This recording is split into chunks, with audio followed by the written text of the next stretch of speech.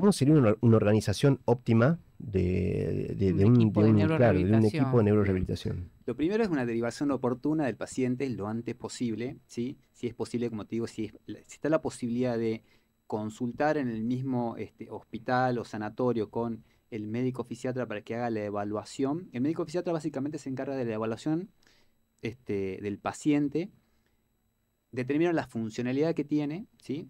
Nos enfocamos mucho en eso, en la funcionalidad. Si bien nos interesa mucho la patología o la causa, pero nosotros evaluamos mucho lo que es la funcionalidad en sí del paciente. De acuerdo a ello, determinamos objetivos a Ujú. plantear en cuanto al tratamiento de rehabilitación, cuyos objetivos tienen que ser certeros, objetivos viables, ¿sí?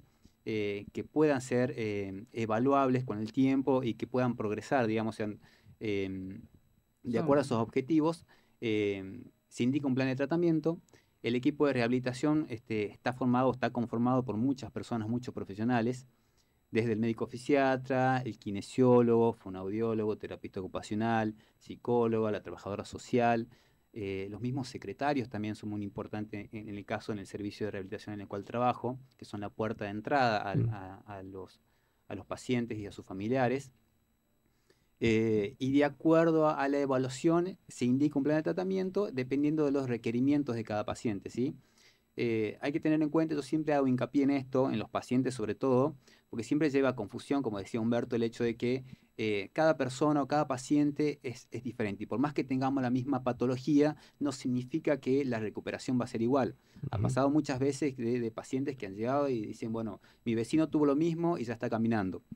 Pero bueno, sin embargo, la secuela que vos tenés, o la secuela, o la edad que vos tenés, o la característica de tu patología, y la característica de la evolución son diferentes. Ujú. Entonces, eso es muy importante que el paciente también tenga en cuenta al momento de crear falsas expectativas, como decía Humberto, que muchas veces pasan con los pacientes, ¿sí? Sí, y entender que no somos máquinas que ajustando determinados tornillos, determinados switch, vamos a andar todos iguales, digamos. O sea, creo que eso es lo que nos da la individualidad también, ¿no? La individualidad en la salud, la individualidad también, o sea, individualidad en términos orgánicos, ¿no? En términos biológicos que tenemos, y en la enfermedad, ¿no? claro, nosotros siempre aclaramos cuando vemos a un paciente que cada organismo, cada cuerpo es un universo diferente. Que bueno, estos factores que habíamos hablado, pre-lesionales, post-lesionales, inciden de una manera lamentablemente decisiva. Algunos pacientes que tienen lesiones pequeñas tienen una secuela severa, pacientes que tienen lesiones muy extensas tienen una recuperación muy buena, los tiempos son totalmente diferentes, varía de acuerdo también, lamentablemente,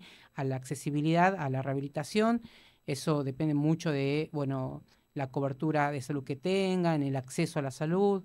Pero bueno, todo esto incide y yo creo que la importancia de estudiar neuroplasticidad, todos estos mecanismos fisiológicos, bioquímicos que hemos mencionado un poco al pasar, consiste en justamente hacer hincapié en lo que Juan menciona, que es la complejidad de los seres humanos y lo diferentes que son, los diferentes mecanismos biológicos y bioquímicos que son muy complejos y que, bueno, son maleables, pero requieren justamente la consideración de que todos somos muy distintos y que los mecanismos pueden variar a lo largo del tiempo, que los resultados van a variar grandemente y no podemos predecir matemáticamente nada, que es algo que a todos los pacientes les gustaría que nosotros tengamos una carta mágica y les digamos en 6 meses usted va a caminar o usted va a recuperar al 100% su capacidad de lenguaje, pero bueno, como Gustavo sabe y con la experiencia de todos aquí en la mesa, eso varía grandemente y a veces es imposible predecir.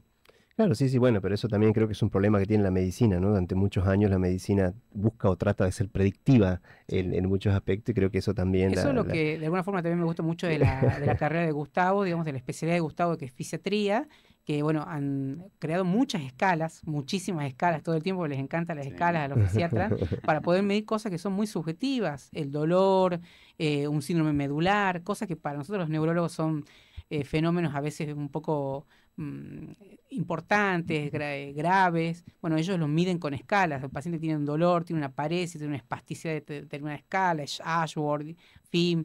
Y bueno, eso me parece muy útil porque en el día a día nos permite a veces sistematizar cosas que son complejas como la recuperación. A veces un Ujú. paciente dice, mira doctor, yo no me he recuperado nada, pero bueno, nosotros lo medimos y vemos que el paciente ahora puede bailar, por ejemplo, y antes no lo puede hacer, pero para él es poco significativo, pero por eso las escalas a veces nos uniformizan y nos permiten obtener Sí, y ser resultados más científicos. objetivos, Es tal claro, cual, Exactamente. tener un... objetivizan Exacto. lo que uno ve. O sea, ya no va a eso, cómo está el paciente, está mejor o está peor, bueno, pero cuán mejor o cuán peor está el paciente. Justamente para eso tenemos las escalas, para objetivizar cómo fue la evolución del paciente, ¿sí? Ujú.